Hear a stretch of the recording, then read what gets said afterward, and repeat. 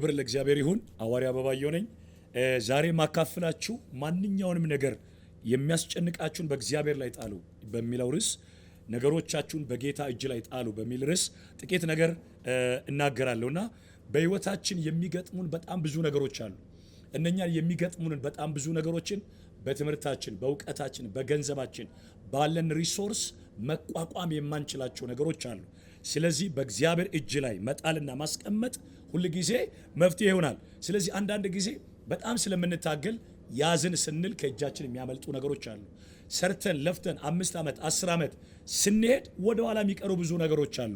ምንድነው ማድረግ ያለብን? በቤታችን፣ በትዳር፣ በኑሮ፣ በሪሌሽንሺፕ ብዙ የሚገጥሙን ችግሮች አሉና ምንድነው መጽሐፍ ቅዱስ የሚለው? በህይወታችን ረጅም ዘመን እንማራለን። አንድ ሰው ለምሳሌ ከዲፕሎማ ከዲግሪ አልፎ ደግሞ ማስተርስ ከዛ ፒኤችዲ ፖስት ፒኤችዲ ፕሮፌሰር የሆነ በትምህርት ዓለም ይሄዳል። ከወጣ በኋላ ሪሰርች ሰርቶ ራሱን ለማሻሻል ብዙ ይሞክራል። ከዛ በኋላ የቤቱ ጥያቄ ይገጥመዋል። የትዳር የኑሮ የህይወት ጥያቄዎች በጣም ብዙ ነገሮች ይገጥሙናል። ትምህርትም እንኳን ስንማር የሚያስተምሩን በብዛት እንዴት አድርገን ራሳችንን መቻል እንዳለብን በራሳችን ማንነት ሁሉንም ነገር ኮንትሮል ማድረግ እንደምንችል ያስተምረናል። ይሄ ግን የተሳሳተ ነው። ሰው በራሱ ሁሉን ነገር ሊያስተካክል አይችልም። ብዙ ብንታገልም ማሸነፍ የማንችላቸው ነገሮች አሉ። ለምሳሌ ጤና ሲቃወስ ሐኪም የማይችለው በሽታ አንዳንዴ ይዘናል። ሐኪም የማይችለው ፈጽሞ የማይችለው በሽታ ሲይዘን፣ የገንዘብ ችግር፣ በጣም ባመናቸው ሰዎች ደግሞ ስንጎዳ፣ ይሄ ባመናቸው ሰዎች ስንጎዳ፣ ባዶነት፣ በጣም ብዙ ችግሮች በህይወታችን ይገጥሙናል። እነኚህን ነገሮች የፈለገ ገንዘብ ቢኖረን፣ የፈለገ ብንማር፣ የፈለገ ብንንቀሳቀስ ማስተካከል አንችልም። ስለዚህ በህይወታችን ብዙ ሞክረን ብዙ ፈተናዎች ሲገጥሙን ምንድነው የምናደርገው? ምን ማድረግ አለብን? አንደኛው ሁሉን ነገር ትተን ወደ ኋላ መመለስ ነው። ሁለተኛው አማራጭ ደግሞ ሁሉን ለሚችለው ጌታ አሳልፎ በእጆቹ ማስረከብ። እኔ ግን የምነግራችሁ ወደ ኋላ ከፈተና ብዛት የተነሳ ወደ ኋላ መመለስ ሳይሆን ሁሉን ለሚችለው ለዚህ ጌታ አሳልፎ በእጁ መስጠት አስፈላጊ ነው። መጽሐፍ ቅዱስ እንደዚህ ይላል፣ ዮሴፍ ትንሹ የፍሬ ዛፍ ነው፣ ቀስተኞች ግን አስቸገሩት፣ ነደፉት፣ ተቃወሙት ይላል። ነገር ግን የሱ ቀስት ጸንቶ ቀረ። ወዳጆቼ በዳዊት ቤትና በሳኦል ቤት መካከል ረጅም ጊዜ የቆየ ጦርነት ነበር። ነገር ግን የዳዊት ቤት እየበረታ የሳኦል ቤት ግን እየደከመ ሄደ። 2018 ወይም በዚህ ዓመት ላይ በህይወታችሁ 2025 26 በፈረንጅ በህይወታችሁ እንደዚህ ይሆናል።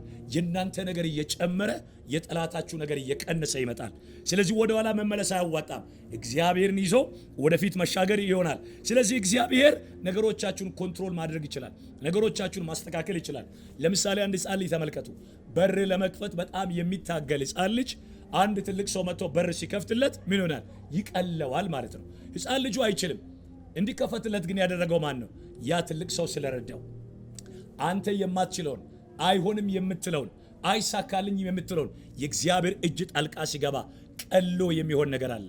በመንፈሴ እንጂ በኃይልና በብርታት አይደለም ይላል እግዚአብሔር ቃል። ስለዚህ የማንችላቸው በጣም ያቃቱን ከእጃችን ያመለጡ በጣም ፍራስትሬት የምናደርጋቸው ነገሮች ላይ ዘንድሮ የእግዚአብሔርን እጅ ጣልቃ እንድታስገቡ እጠይቃችኋለሁ። ለጌታ መስጠት ስንፍና አይደለም። ለእግዚአብሔር አሳልፎ መስጠት መሸነፍ አይደለም። ይልቁንም የእምነታችን መገለጫ ነው። መጽሐፍ ቅዱስ ትንቢተ ኢሳይያስ ምዕራፍ 41 ከቁጥር 10 ላይ እንደዚህ ይላል፣ አልጥልህም እኔ ካንተ ጋር ነኝና አትፍራ ይላል። እኔ ካንተ ጋር ነኝና አትፍራ የሚል ቃል አለ። የከበዳችሁን ነገር ለጌታ አሳልፋችሁ ስጡ ወዳጆቼ። የነገን ሸክም ለእግዚአብሔር አሳልፎ መስጠት ስንፍና አይደለም። ይህን ሰማይና ምድር የፈጠረ ይሄ ብርቱ ጌታ የእናንተን ነገር አሳልፋችሁ ስጡኝ ነው የሚለው። መጽሐፍ ቅዱስ ይናገራል፣ እረፉ እኔም አምላክ እንደሆንኩ እወቁ። ለነገ በመሰቃየት እንቅልፍ ማጣት ትክክል አይደለም። ነገ ምን ይመጣል እንዴት ሆናለሁ የሚለውን ሐሳብ ነገን ለእግዚአብሔር ስጡ። እርሱ መሸከም ይችላል። ሃሌሉያ፣ ክብር ለጌታ ይሁን። ስለዚህ በእንቅልፍ ማጣት እንድትቸገሩ አልፈቅድም። እግዚአብሔር ይችላል። በእያንዳንዱ ቀን ታምራትን ማድረግ ይችላል። ይሄ ብርቱ ጌታ ዛሬም ይህንን ቃል ለምትሰሙ ሰዎች ሁሉ አዲስ ነገር በቤታችሁ ያደርጋል። አሜን ለምትሉ ሰዎች ሁሉ በኢየሱስም ይሁንላችሁ። ማቴዎስ ወንጌል ምዕራፍ 6 ከቁጥር 34 ላይ እንደዚህ ይናገራል። ነገ ስለራሱ ይጨነቃል፣ ነገ ለራሱ ይጨነቃል ይላል። ለነገ አትጨነቁ፣ ነገ ለራሱ ይጨነቃል። እንማራለን፣ አትማሩ አልልም። ራሳችሁን አታሻሽሉ አልልም። ተማሩ። በሶሻልም በሳይንስም በዚህ በቴዎሎጂውም ባለው ነገር ሁሉ ራስን ማሻሻል በጣም አስፈላጊ ነው። እንደ አገልጋይ መማር ጥሩ ነው። እንደ አገልጋይ ትልልቅ ዲግሪዎችን ዶክትሬት ዲግሪዎችን መያዝ እደግፋለሁ። ነገር ግን ነገን ለጌታ አሳልፎ መስጠት ትልቅ ነገር ነው የሚሆነው። ሃሌሉያ! እግዚአብሔር ዛሬንም ነገንም በኢየሱስ ክርስቶስ ስም ይቆጣጠራል። እስቲ አሜን ብላችሁ ውሰዱ። እስቲ አሜን ብላችሁ ውሰዱ። ስለዚህ በሚያስጨንቁ ነገሮቻችሁ ሁሉ በሕይወታችን አንዳንድ ጊዜ የሮጥነውን አናገኝም። ለምሳሌ ያዕቆብን ተመልከቱ። ያዕቆብ በጊዜው የተገዛው ለራሔል ነበር። ነገር ግን በስተመጨረሻ ያገኘው ሊያን ነው። ተጨማሪ 7 ዓመት ከህይወቱ አባክነው ራሔልን ወደ ህይወቱ አምጥቷል። ስለዚህ አንዳንድ ጊዜ በህይወታችን የሚሆኑ ነገሮች የለፈነውና የጠበቅነው አይሆንም፣ ግን እግዚአብሔር አዋቂ ነው። ሃሌሉያ! ሌላው ነገሮቻችሁን በእግዚአብሔር ጊዜ ጠብቁ። በራሳችሁ ጊዜ አይደለም። በራሳችሁ ጊዜ ሳይሆን እግዚአብሔር በራሱ ጊዜ ነገሮችን መልካም እንዲያደርግ መሮጥ መልካምነት ነው። ስለዚህ እግዚአብሔር ምን ማድረግ እንዳለበት ያውቃል። ምን መስራት እንዳለበት ያውቃል። እንዴት ማድረግ እንዳለበት ያውቃል። ስለዚህ ራሽ አታድርጉ። እግዚአብሔር ቢዘገይም የሚሰራውን ነገር ያውቃል። ዘግይቶ ይነሳል፣ ከማንም ይቀድማል። ስለዚህ በህይወታችሁ ነገሮች ሌት ሆነዋል ብላችሁ ተስፋ የቆረጣችሁ የእናንተ መሮጥ ነገሮቻችሁን ይጥለዋል። የእናንተ መቸኮል ነገሮቻችሁን ይጥለዋል። በእግዚአብሔር እጅ ግን አሳልፋችሁ ከሰጣችሁ እግዚአብሔር ዘግይቷል ብትሉም አዲስ ነገር በመንገዳችሁ ይሆናል። ይሄ ቃል በኢየሱስ ክርስቶስ ስም በመንገዳችሁ ይሆናል። ስለዚህ በራሳችሁ ጊዜ ሳይሆን በራሱ ጊዜ ይምጣ። በራሱ ጊዜ፣ በእግዚአብሔር ጊዜ፣ በተአምራቱ ጊዜ። ሃሌሉያ! እግዚአብሔር ይችላል። እግዚአብሔር ይችላል። እስቲ እግዚአብሔር ይችላል በሉ። ስለዚህ አንዳንድ ጊዜ እጃችንን ለጌታ እኮ እንሰጣለን። እግዚአብሔር እኮ ይችላል ብለን እንዘምራለን። እግዚአብሔር እኮ ይችላል ብለን እንሰብካለን። ከዚያ በኋላስ ነገሮቻችንን ብቻችንን ቀንና ሌሊት እንደከማለን። ዛሬ አንድ ነገር አለኝ። ቀንና ሌሊት ብቻችሁን አትድከሙ። መጽሐፍ ሲናገር ጌታ አምላካችን እግዚአብሔር 6 ቀን ከሰራ በኋላ 7ኛ ቀን ያረፈው ስለሚደክመው አይደለም። እኛን የእረፍትን ማንነት ሊያሳየን ስለሚፈልግ ማረፍ ማለት ምን እንደሆነ፣ ማረፍ ማለት ዲቫይን አጀንዳ እንደሆነ፣ ሰማያዊ አጀንዳ እንደሆነ፣ ስጋችን ማረፍ እንደሚፈልግ ሊያሳየን ሲፈልግ ነው እግዚአብሔር 7ኛ ቀን ላይ ያረፈው። ስለዚህ ማረፍ ይጠበቅብናል። በማረፍ ውስጥ እግዚአብሔር የሚለቅልን በረከት አለን። ክብር ለጌታ ይሁን። ስለዚህ ብቻችሁን አትድከሙ፣ ለጌታ ስጡ እና አብርሃም እንደዚህ ሆነ። አብርሃም እግዚአብሔርን አመነ። ከዛ በኋላ እግዚአብሔርን ሲያምን በእምነት ተንቀሳቀስ ሲለው የት እንደሚሄድ አያውቅም፣ ወዴት እንደሚንቀሳቀስ አያውቅም። እጆቹን ለእግዚአብሔር ሰጠና የሚሄድበትን ዴስቲኔሽን ሳያውቅ እግዚአብሔርን አምኖ ወጣ። እመኑ፣ ዛሬ በምትሄዱበት፣ ዛሬ በምትንቀሳቀሱበት እግዚአብሔር ተአምራትን ማድረግ የሚችል ጌታ ነው። ስለዚህ ስለ ነገ አትጨነቁ። እግዚአብሔር በራሱ መንገድ እንዲሰራ ፍቀዱለት። ደግሞ ሌላኛው በራሱ ጊዜ እግዚአብሔር ይሰራል። በራሱ ማንነት ደግሞ እግዚአብሔር እንዲሰራ በራሱ መንገድ ኦን ሂዝ ዌይ፣ በራሱ ባንቺ መንገድ አይደለም። እኛ ፕላን የምናደርገው ነገር አለ። እንዲህ አድርገን እንደዚህ አድርገን ፎርሙላ እናስተካክልና የኛ ነገር በዚህ ይስተካከል እንላለን። ነገር ግን እንደዛ አይደል። ለእግዚአብሔር መፍቀድ ማለት በራሱ መንገድ በራሱ እግዚአብሔር ጥበብ ነገሮችን እንዲሰራ ፍቀዱ። ስለዚህ አንዳንዴ በህይወታችሁ ስትረንጅ የሆኑ ነገሮች ይመጣሉ። ማርያምን ተመልከቱ። እጮኛ ይዛለች፣ ልታገባ ወስናለች። የእግዚአብሔር መንፈስ ግን መጣ፣ ቀድሞ መጣና ነገሮቿን ቀየረ። አንድ በጣም ከዚህ በፊት የምወደው አንድ አገልጋይ አለ እዚህ ጋር ካሜራማናችን ነው። እና ካሜራ ሲያነሳ እግዚአብሔር እንደዚህ ያለ፣ ከዛሬ ቀን ጀምሮ ነብይ ነህ፣ የእግዚአብሔር አገልጋይ ነህ፣ ቸርች ተካይ ነህ የሚል መልእክት መጣ። ወዲያውኑ መንፈስ ቅዱስ ወደቀበት። ዛሬ ደቡብ አፍሪካ ላይ ይሄ ልጅ ትልቅ ቸርች አለ።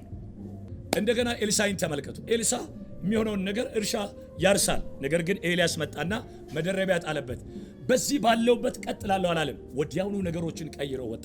ስለዚህ እግዚአብሔር በራሱ መንገድ ነገሮቻችሁን ያስተካክላል። ስለዚህ አሜን ብላችሁ ለምትቀበሉ ሰዎች ሁሉ አዲስ ነገር አለ። ሮሜ ምዕራፍ 8 ከቁጥር 28 ላይ ሄዳችሁ ማንበብ ትችላላችሁ። መዝሙረ ዳዊት ምዕራፍ 46 ከቁጥር 10 ላይ የሚገርሙ ቃሎች አሉ፣ ስለ እረፍት ማለት ነው። ስለዚህ በራሳችን ብዙ ለፍተን ብዙ ደክመን ብዙ ነገሮችን አድርገን ወዳጆቼ ነገሮች ይሳካሉ ብላችሁ አትጠብቁ። በትምህርታችሁ ይሆናሉ ብላችሁ አትጠብቁ። በእግዚአብሔር መንገድ በራሱ ጊዜ በራሱ ማንነት እናንተ ግን ስትፈቅዱለት God makes things easy። በእግዚአብሔር መንገድ ነገሮች ኢዚ ይሆናሉ። ስለለፋን አይደለም ወዳጆቼ። መማር ጥሩ ነው፣ መስራት ጥሩ ነው፣ መንቀሳቀስ ጥሩ ነው፣ ብዙ ነገር መሞከር ጥሩ ነው። ነገር ግን God need to be intervene ማድረግ አለበት። እግዚአብሔር በመቸኮል ሳይሆን እግዚአብሔር በራሱ ጊዜ ኦፖርቹኒቲዎችን ይከፍታል። he is the God of opportunity እግዚአብሔር መንገዶቻችሁን ይከፍታል። በኢየሱስ ክርስቶስ ስም ጸልይላችኋለሁ።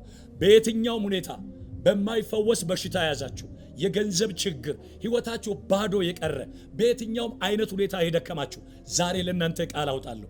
በእናንተ መድከም ሳይሆን በእግዚአብሔር ማንነት ታሪካችሁ ይቀየራል። በእግዚአብሔር ጣልቃ ገብነት ህይወታችሁ ይቀየራል። እረፉ እኔም አምላክ እንደሆንኩ እወቁ እንደሚል ማረፍ፣ እያረፋችሁ ማገልገል፣ እያረፋችሁ መስራት፣ እያረፋችሁ ሃሌሉያ መንቀሳቀስ በህይወታችሁ ይሁንላችሁ። እግዚአብሔር አዲስ ነገር ያደርጋል። ተከናወኑ። ከዚህ ቃል የተነሳ እግዚአብሔር በህይወታችሁ ምስክርነትን ያደርግ። ስለዚህ የሚለው ነገር ለእግዚአብሔር አሳልፋችሁ ስጡ። ዳንኤል የሆነው ነገር ይሄንን ነው።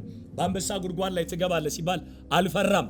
ሄዶ ከዚህ በኋላ በሚቀጥሉት 40 እና 30 ቀናት ውስጥ ሰዎች መጸለይ ያለባቸው ወደ ንጉሱ ነው ሲባል አልፈራም። ምክንያቱም ኑሮውን ህይወቱን ለጌታ አሳልፎ ሰጠ። እግዚአብሔርም የአንበሳውን አፍ ዘጋው። ስለዚህ ወጣቶች ዩኒቨርሲቲ ያላችሁ እናንተ የሥራ እድሎች እየጠበቡ ስለመጡ የሥራ እድል ይጠፋል ማለት አይደለም። እግዚአብሔር አይዲያ ያመጣል። አይዲያ ማለት ገንዘብ ነው። ሃሌሉያ! እግዚአብሔር በመንገዳችሁ ሁሉ ይመራችኋል።